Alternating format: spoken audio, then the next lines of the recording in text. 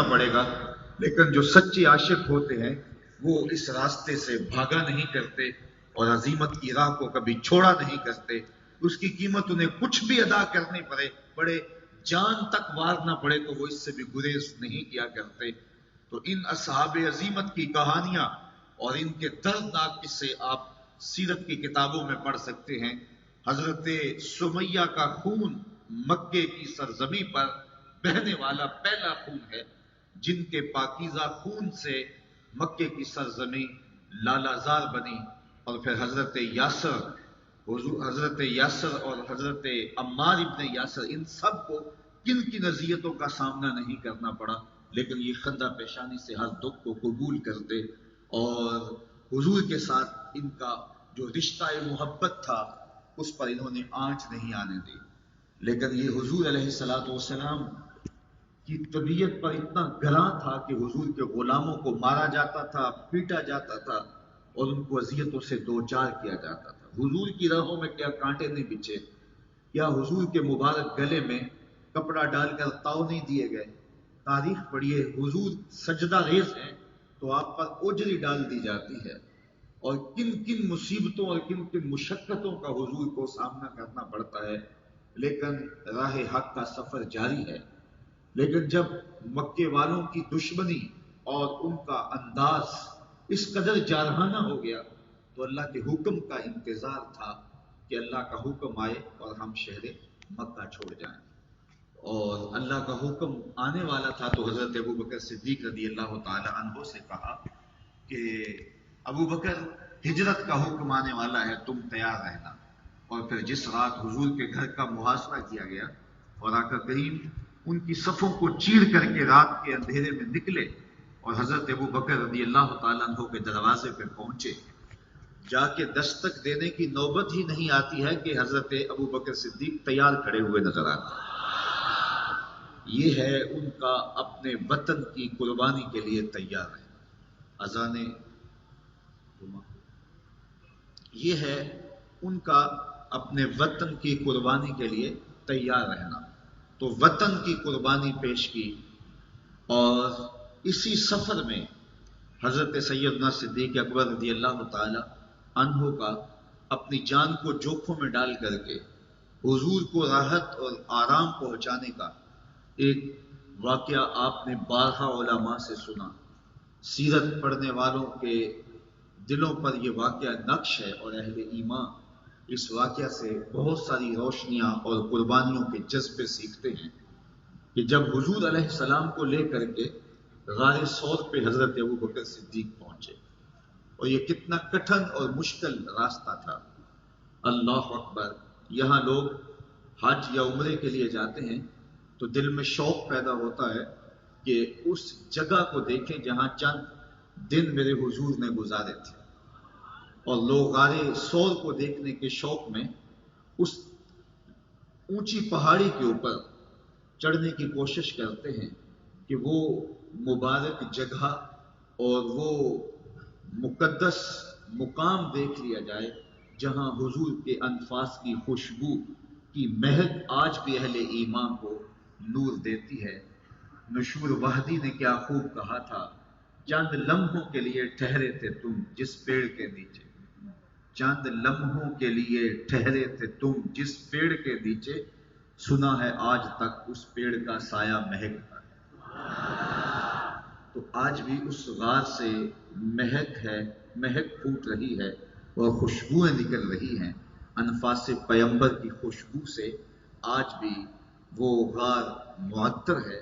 تو اس غار کو دیکھنے کے شوق میں کشاں کشاں لوگ کہاں کہاں سے آ کر کے وہاں اس پہاڑ پر پہنچنے کی کوشش کرتے ہیں. اور میں نے دیکھا ہے کہ بہت سارے لوگ تو اس کی اونچائی کو دیکھ کر کے چڑھنے کی ہمت ہی نہیں کرتے، اور کچھ لوگ تھوڑا دور جا کر کے پھر واپس پلٹ آتے ہیں. اللہ اکبر. اور جو اس غار تک پہنچنے میں کامیاب ہو جائے وہ اپنے آپ کو خوش نصیب سمجھتا ہے.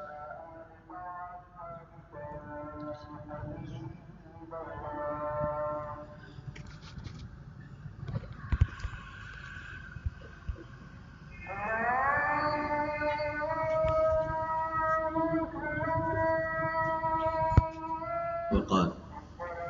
تو میں عرض کر رہا تھا کہ وہ بلند اور اونچا پہاڑ جہاں اپنے وجود کو لے کر کے پہنچ جانے والا اپنی قسمت پہ نازاں ہوتا ہے اور وہ سمجھتا ہے کہ میں بڑا باہمت ہوں کہ یہاں تک چڑھ آیا ہوں، اور راستے میں کئی مرتبہ سانس بھی لیتا ہے، تو جہاں خود چڑھنا کٹھن اور مشکل ہے، میں سلام نہ پیش کروں سیدنا صدیق اکبر کی ذات کو کہ وہاں حضور کو کندھوں پہ اٹھا کے لے کے گئے،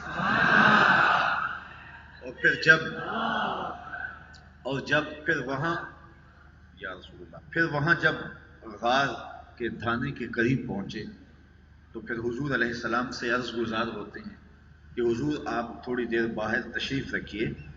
تاکہ میں دیکھوں کہ غار کے اندر کوئی ایسی چیز نہ ہو جو آپ کو تکلیف پہنچائے۔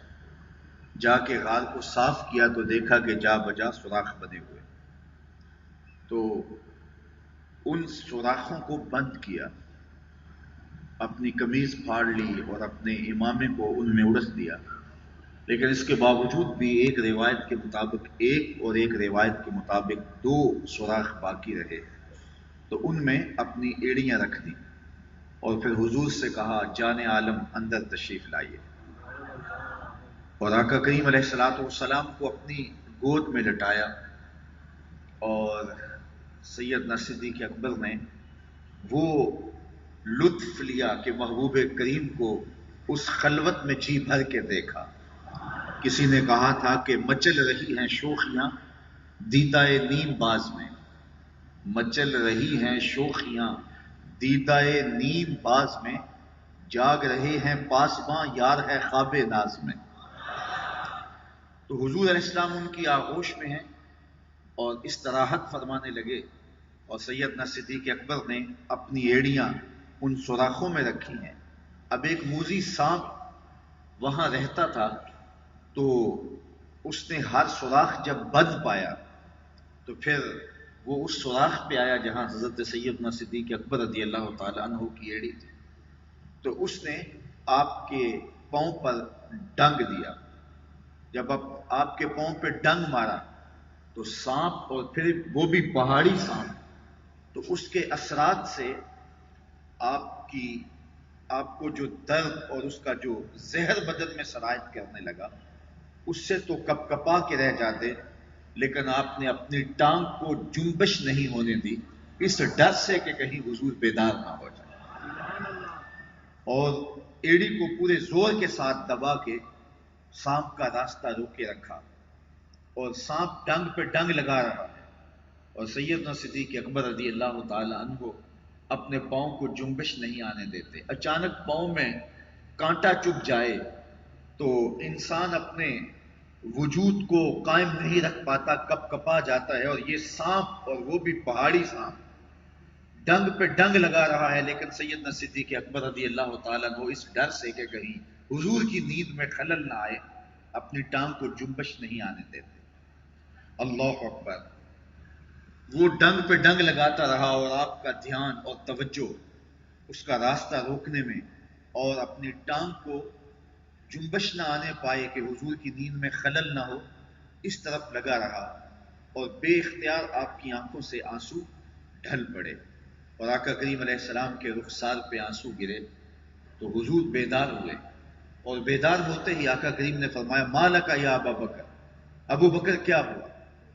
تو جب اچانک صورتحال ہو تو پھر انسان کسی سے جب مخاطبہ کرتا ہے